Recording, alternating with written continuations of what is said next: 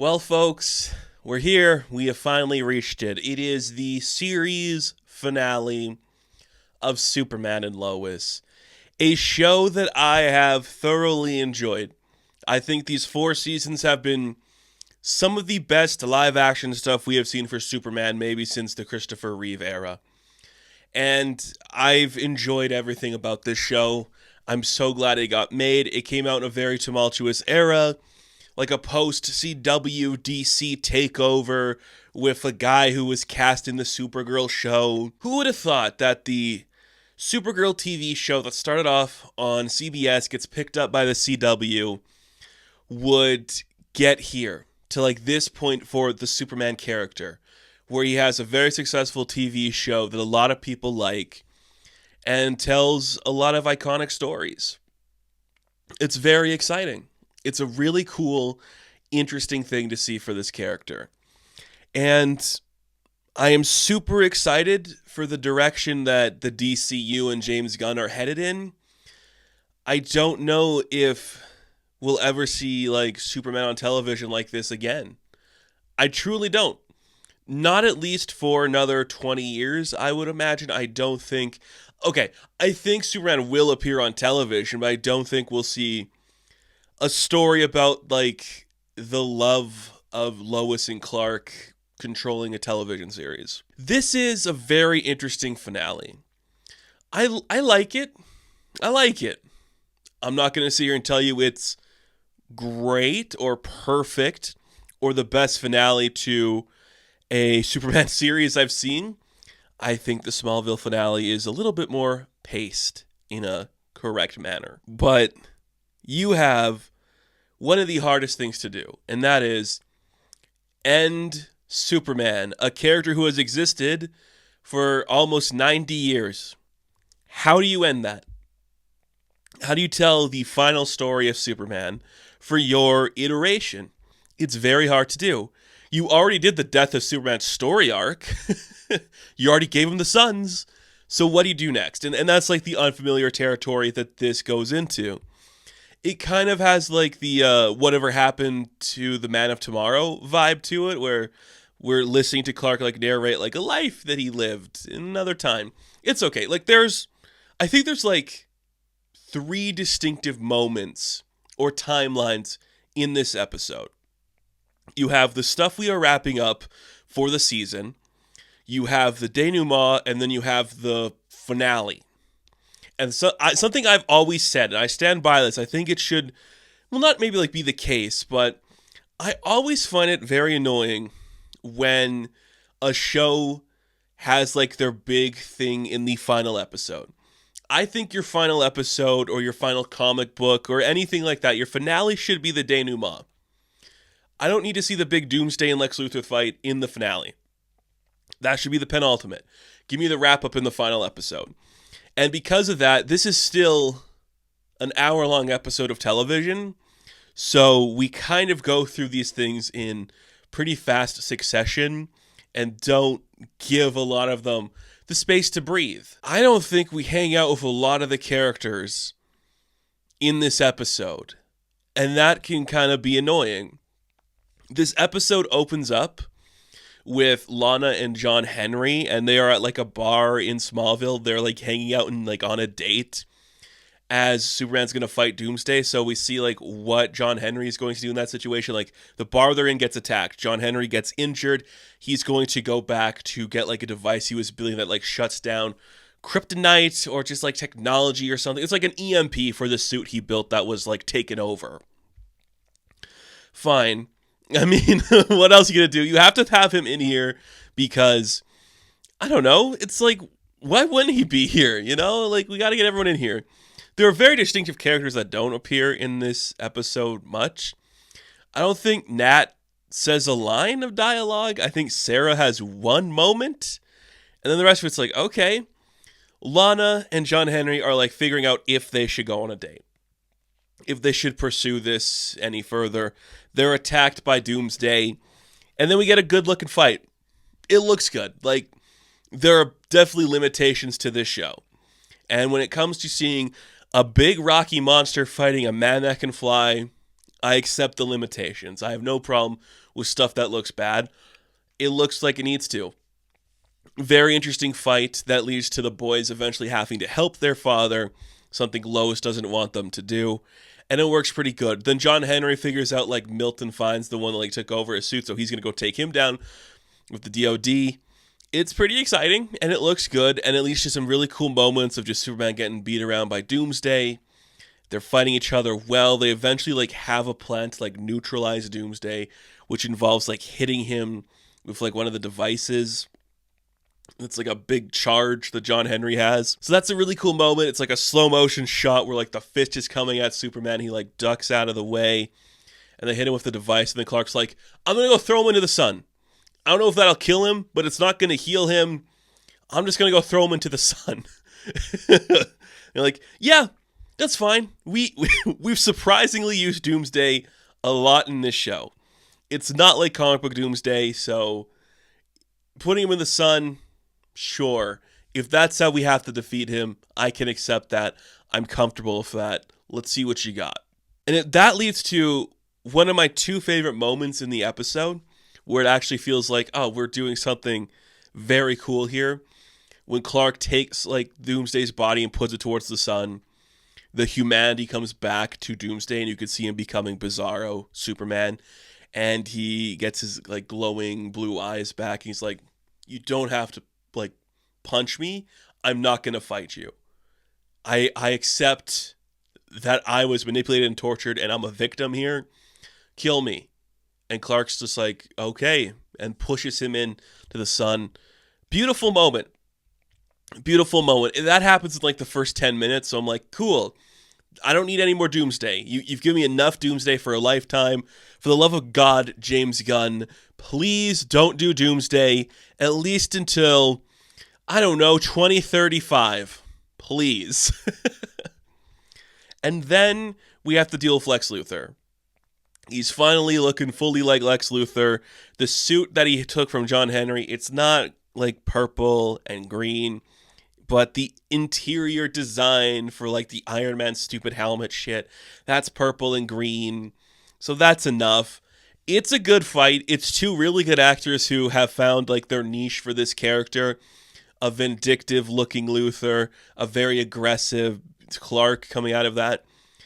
It's really impressive stuff. Like Luthor starts to beat up the kids. We think John's going to die. Eventually Jordan's going to like save his life with like a glowing electric spark, New 52 style. And it's a really cool moment. Probably my favorite moment of the entire show because it's the most Lois Lane thing to ever happen. Luthor is going to kill Jordan. She's like, stop. Don't hurt him. Don't hurt him. You want me? Leave everyone out of this. If you're so mad at me, kill me. You're such a pathetic man. You're so weak and small that even right now you're in a big, powerful suit. I'm just a frail little woman, a cancer survivor standing here who can't beat you, and you're afraid to even lay a finger on me. Leave my son alone and come kill me. And the entire time, it's just egging on Lex to be like, I'm going to kill you, Lois, until he attacks her. She puts an EMP on him and shuts down the suit. And then Clark takes him to space and they fight. Like, that is how you have Lois Lane in this. Like, it's a big slap fight between people in dumb suits and big monsters. How do you have Lois Lane matter in there? Here's what you do. She literally eggs him on to the point that he loses his stability. That is a Lois thing. That is a Lex thing. And then Superman comes in to save the day by literally taking Luthor into space, breaking his suit in an angrily fashion, and saving his life before he plummets to Earth. Wrap that up. Lex is hardly in the show anymore after that. Like, that's about halfway through the episode. And I'm like, okay, that's good. We got time to breathe. By the way, this whole fight took place on like the one street in Smallville, which I'm not complaining about. We have limitations, but it's just amazing that like everything happened on this one street and there's no extras in the background unsure of what to do with themselves. It's just our main cast. So yeah, they did it. Doomsday's defeated. Lex Luthor's in prison. He goes back to Strikers, and we see that Bruno Mannheim's like, I'm in charge now, you son of a bitch. I'm going to make your life hell. This time they got him. Which is, it's great. Like, yeah, come on. Like, we don't need to see Lex anymore, I suppose. That's all taken care of. Very fun. So then we get the denouement, which takes place a year later. And I'm like, a year later already? We're jumping to a year later? We're not going to, like, have any, like, time to breathe? We're not going to see, like, Clark reunite with, like, his kids who were injured. Jordan might have a new power of, like, healing people. We're not going to do any of that. We're just going to jump to a year later where Lana and John Henry are getting married. And Sarah's not in attendance. And Nat doesn't say any lines. Like, the two key daughters of both of the people getting married here play no impact on the stuff going on. I'm like, oh, okay. Look, Chrissy and Kyle are there. Nat is in attendance. And Chloe's in attendance too. And, you know, the other people of Smallville are there. Lois is officiating, which I think is a really cool thing. And then we have another wedding in the barn, the second one this season, because Kyle and Chrissy were going to get married in the barn. And it's nice. I guess you have to do another wedding thing. I don't fucking know. Like, it's whatever. Leads to a really good moment that I like with Kyle, because as I've said through all of these episodes, Kyle is my favorite character, the kind of character other shows wouldn't have for a Superman world. And he gets his, like, final moment with Lana where he's like, I'm so happy for you. The only thing I've ever wanted for you was to be happy. And I'm glad you have found that here. And she's like, I'm glad you are happy too. Shall we have one final dance and be a happy divorced couple? And he's like, absolutely. That's all I need from Kyle. That's it. I'm happy with that. That is satisfactory. I like it. I'm good with that. We also find out that Sarah is there. She's just, like, on, like, the porch because she doesn't want to, like, ruin the wedding or something. And Jordan's like, come on, you can enjoy it. And it's like, I'm not staying in Smallville, Jordan. I got a world to see and places to go, and I can't be a part of what you want your life to be. I got to go find my own. Yeah, okay. Like, that's the closure for Sarah. Like, that is what we've been building her this whole season to be about. So, good. I don't think after that, Jordan or John get any lines. Like, these versions of the characters. We're done with a lot of characters in this moment. The rest of the episode is wrapping up Superman because he's an immortal character. How do you end that? So it's like, well, don't worry about it. Very interesting. It is very interesting. So the rest of this is narration from Clark explained to us the times he's died. He's like, the first time I died, I was beaten up by a rock monster. And after that, I came back because my father-in-law gave me his heart, and that kept me alive for another 32 years. So right away at the end of this, we're like, Superman lived another 32 years. I'm like, okay, I see we're going to wrap up all the storylines. So in that time, he's like, we're going to build a better tomorrow. We're going to use development and research to actually, like, change the world for the better. We get, like, a montage of, like, there's protests and riots and things are going bad and Superman's going to save the day. Vaguest terms of what that means for a CW show. He's going to make the world better. And I guess he did. I guess they won, but he couldn't do it alone. He had to have the super family with him. We get a really nice shot where it is Superman flying with his sons. The boys are there. We have Steelworks is there, so Steel and Nat are there. They all got the Superman logo on them. Beautiful shot. That's all we get of those suits. That's all you need. Like, it's like, I am the grandfather of this family now. Watch as, like, I watched this grow and everyone gets happier and satisfied and things are better. That's really cool.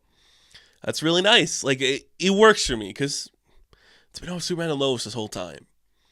I don't need the whole super family showing up, but, like, you know, time goes on, things build up, they get better. I'm happy with that. And then people get older and they grow up, and we see, like, Lois and Clark aging up. The makeup looks pretty good. They both look like the hottest people you've ever seen.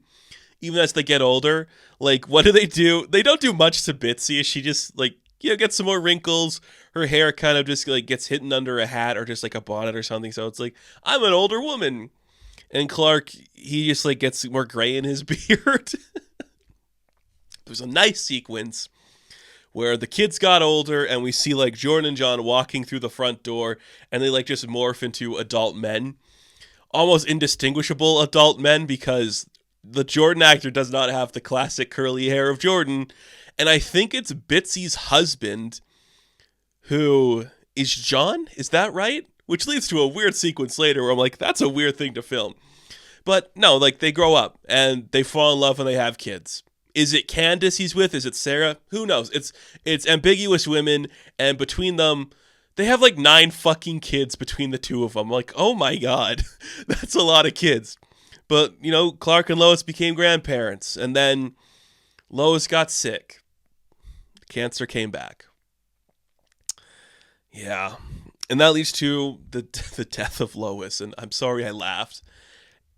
It's very interesting. I know what we're doing here. The whole, like, this episode is titled It Went By So Fast. That is, like, the moniker that is on, like, the Kent farm that you see in, like, the kitchen. That's what Martha was talking about. It went by so fast. Like, you grew up and that I guess is, like, the theme of this whole show or something. I don't know if it's absolutely necessary to depict these last final sequences. It didn't, like, hit me the way I seen other reviewers and online forums talk about it. I just went like, this is a very peculiar way to end a Superman show. I'm not against it. I just think it's specific.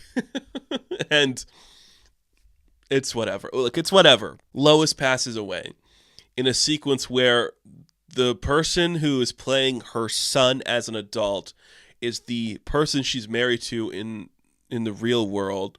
So Bitsy's husband is playing her son, watching her die and reacting like his mom is dying. And I'm like, that is very weird, but I'm for it.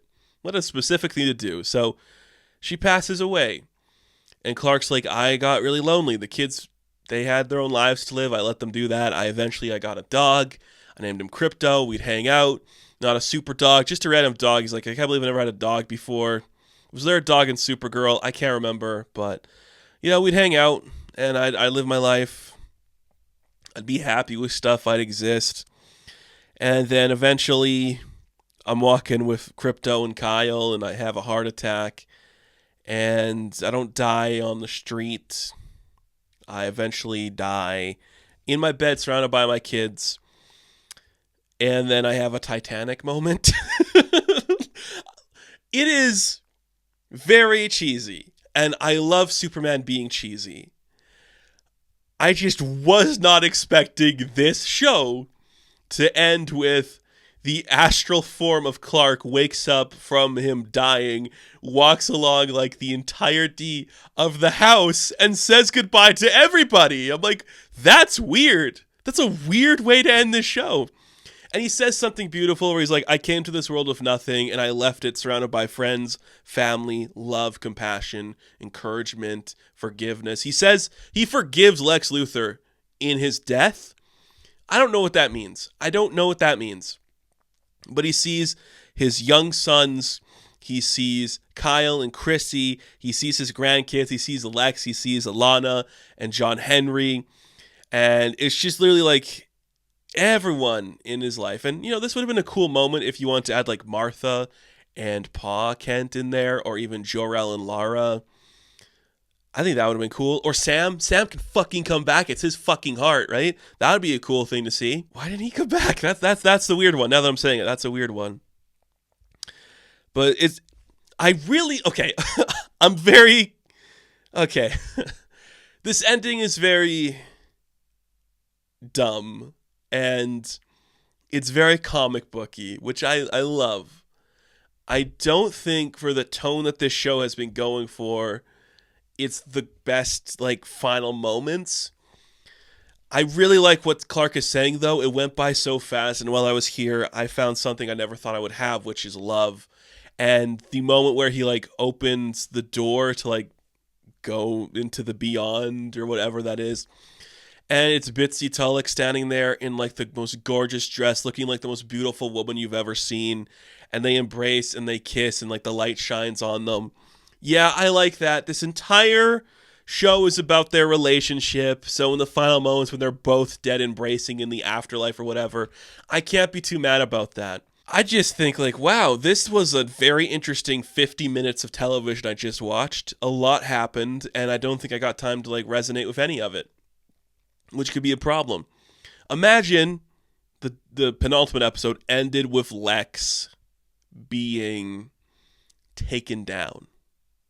And then the entire 50 minutes of this episode were of the Lana and John Henry wedding, leading to the final moments of the people moving on into the afterlife. That could work better, but I'm not complaining. This is a show that had a very rushed finale, and I mean that for the entirety of the final season.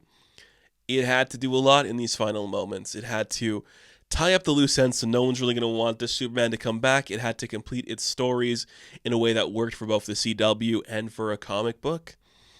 And it had to be about the love story. And I think for the most part, it succeeded in all aspects of those, if never letting us linger on a moment for too long. It doesn't feel like it's cosplay or that it's just going through the motions. There are genuine acting beats in these for every character. And the chemistry between Bitsy and Tyler is unmatched. It's truly incredible. And as much as I think this series is incredible, I do think we are going to see Superman as a character reach new heights in live action, but nothing will ever, in our lifetimes, be like this for this character again in live action. This came at a very specific time for Superman and DC, where he was allowed to be goofy, hokey, and still embrace the darkness that comes from being a father. And I can't imagine we're going to achieve that again for this character. I really like everything we did here. As much as this finale did feel a little messy, I'm satisfied. Like, I'm not complaining about any of the actions taken, even if I don't agree with them. I know why they were taken. And having a fully realized vision of a first episode that is showing you the love of these people, seeing where their relationship starts to where it ends, which is in death. I'm satisfied. I get it. I'm happy with it.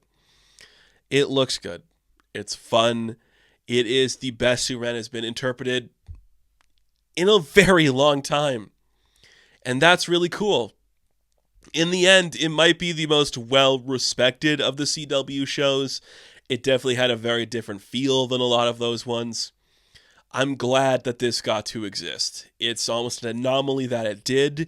It is the last of a specific era, and the kind of thing we may never see again. Because now everything is being integrated into the DCU, which is starting this week as well. And yes, folks, I confirmed it last week. I will say it here too if you've made it this far. We will be talking about Creature Commandos. We'll be doing weekly reviews like we have done weekly reviews for this show. The DCU is upon us. The end of the CW DC world is here. Both things can be equally exciting and revel in their end when it comes. Cool show. Glad it exists. Can't wait to see what's next for these actors. I hope something comes next. So that is going to do it for Superman and Lois, and that is going to do it for these reviews. I have talked about every single episode. If you want to see them, they're all available for you to check out in playlists on this channel. But thank you all for watching. Be sure to like and subscribe to the channel. As always, you can check me on Instagram, TikTok, and Twitter. And I will catch you in the next one.